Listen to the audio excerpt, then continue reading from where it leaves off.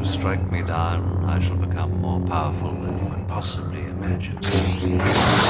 Welcome to Watch Mojo, and today we're counting down our picks for the cleverest choices made in the franchise set a long time ago in a galaxy far, far away. And you, young Skywalker, we will watch your career with great interest. Number 10, entrusting the Death Star plans to R2. Star Wars Episode 4, A New Hope. This moment set the entire original trilogy in motion. After receiving the stolen Death Star plans, Leia heads to Tatooine to ask Obi-Wan for help. What's this?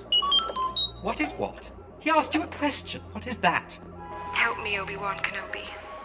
You're my only hope. But when her ship is seized by Darth Vader, she's given no choice but to hand the plans over to R2-D2. Trusting the fate of the galaxy to a little droid is a big risk, but her gamble paid off in the end. I have placed information vital to the survival of the rebellion into the memory systems of this R2 unit. My father will know how to retrieve it. Not only did R2 complete his mission, but he also inadvertently got Luke Skywalker to begin his journey to becoming a Jedi. And we all know why that had to happen. I want to come with you to Alderaan. There's nothing for me here now. I want to learn the ways of the Force and become a Jedi like my father. Number 9, freeing Poe. Star Wars Episode 7, The Force Awakens. Can you fly a TIE fighter? You with the Resistance? What? No. I'm breaking you out. Can you fly a TIE fighter? I can fly anything. Trained by the First Order since childhood, FN 2187 was once considered a model stormtrooper. However, his faith is shaken during the massacre of Jakku. His reluctance to fire is noticed, putting his loyalty to the First Order into doubt. Why are you helping me? Because it's the right thing to do. You need a pilot. I need a pilot. We're gonna do this.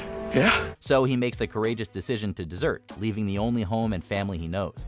Realizing that this will be no easy feat, he enlists the help of imprisoned Resistance pilot Poe Dameron, who dubs him Finn. Finn, huh? Finn, I'm gonna call you Finn, is that alright? Finn. Yeah! Finn, I like that! I'm Poe Dameron. Good to meet you, Poe. Good to meet you too, Finn. It's a risky move, but Dameron's piloting skills prove crucial to their escape. Number 8, letting Callus contact the Rebellion. Star Wars Rebels. When Thrawn made his debut in canon, fans hoped to see his tactical mind done justice on the small screen. And he didn't disappoint. On the hunt for a rebel spy, Thrawn identifies the mole as Agent Callus, just from the design painted on a helmet. Bridger? If Bridger was the shuttle thief, why didn't Callus alert us? Because, Colonel Yularen, Callus is the rebel spy.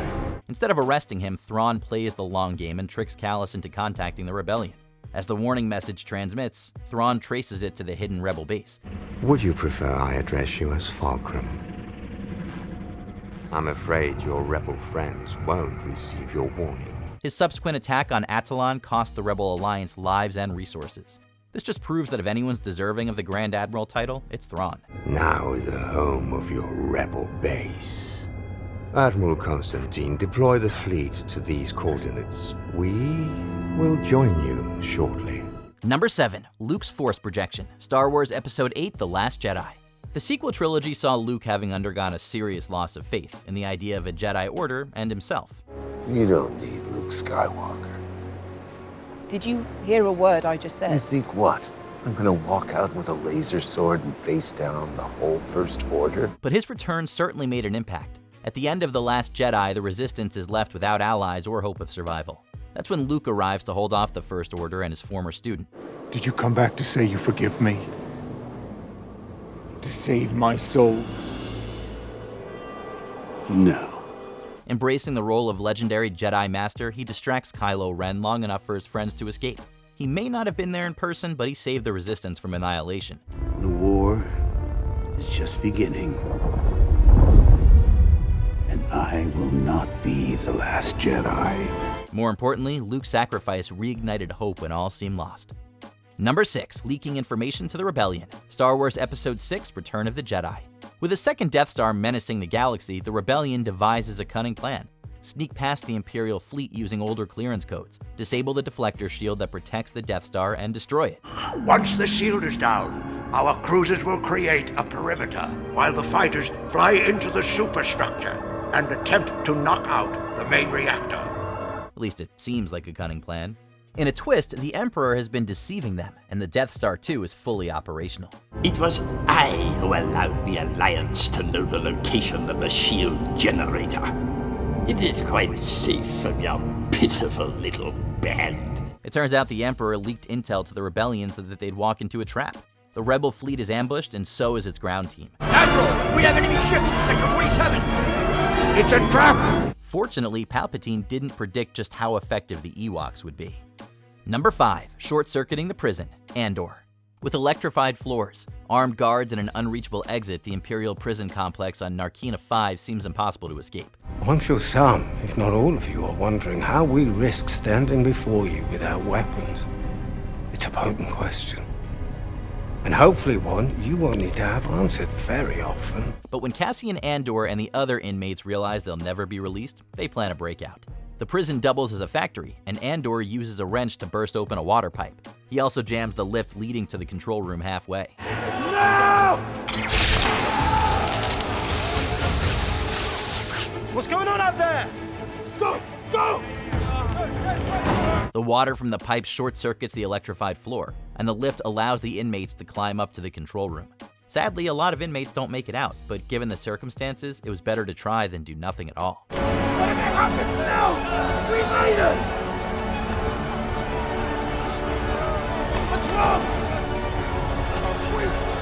Number 4. Distracting Vader, Star Wars Episode 4, A New Hope. The circle is now complete. When I left you, I was but the learner. Now I am the master. Only a master of evil, Darth. Had Obi-Wan not been struck down, A New Hope would have probably ended very differently. As our heroes prepare to board the Falcon, Luke spots Darth Vader fighting his beloved mentor. Obi-Wan knows that Luke would just get captured trying to save him, so he removes himself from the equation.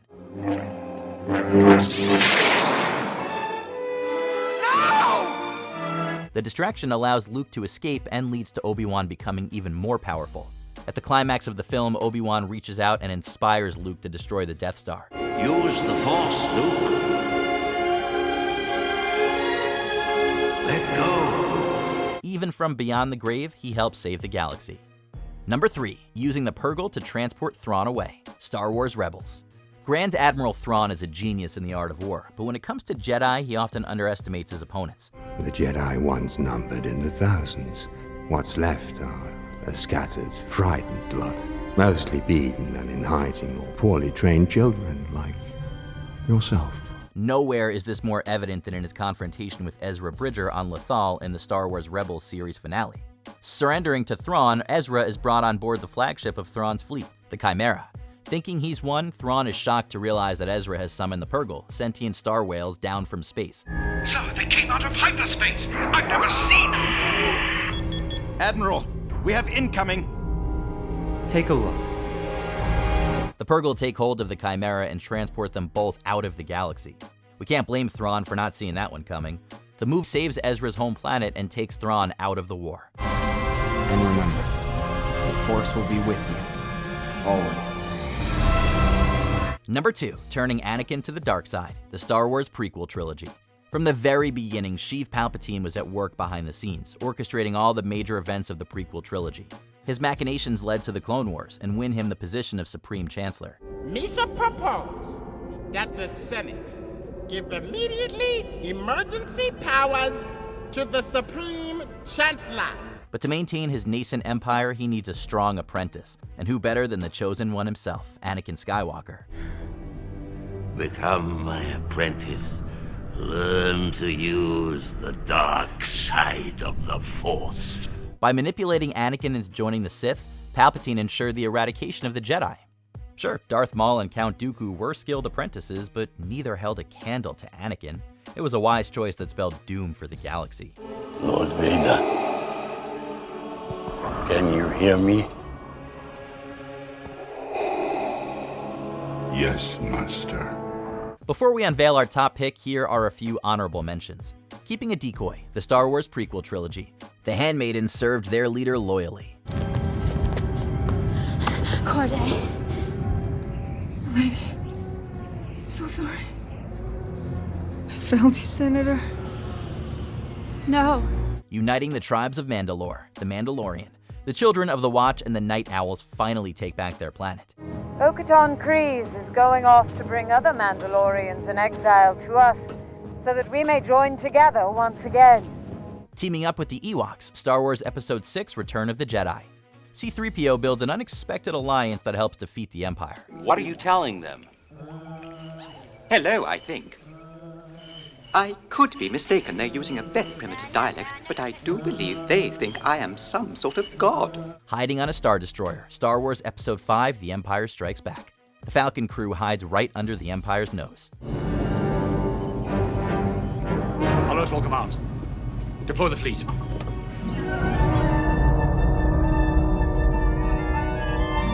Diving into the garbage chute, Star Wars Episode 4, A New Hope.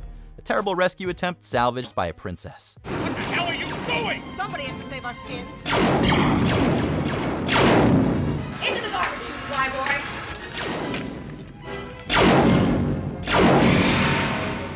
Before we continue, be sure to subscribe to our channel and ring the bell to get notified about our latest videos.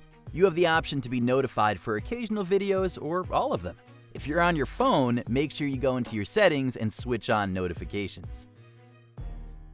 Number 1. Shooting First. Star Wars Episode 4, A New Hope. This scene perfectly establishes Han's character. It'd sure be a shame if it was changed for the re-releases. Yes, I bet you have. Yeah, since that's the case, there's a better choice for our number 1 spot. Number 1. Designing the Death Star with a fatal flaw. Rogue One, A Star Wars Story. We used to think that the Death Star's exposed thermal exhaust port was just a huge oversight. But it turns out that it was deliberately designed that way by reluctant Death Star architect Galen Erso. And the day is coming soon when it will be unleashed. I've placed a weakness deep within the system, a flaw so small and powerful they will never find it. As he was forced to help build the battle station, he realized that he could also ensure its destruction by sabotaging the project from within. So he had the Death Star built with a thermal exhaust port that led down to its reactor.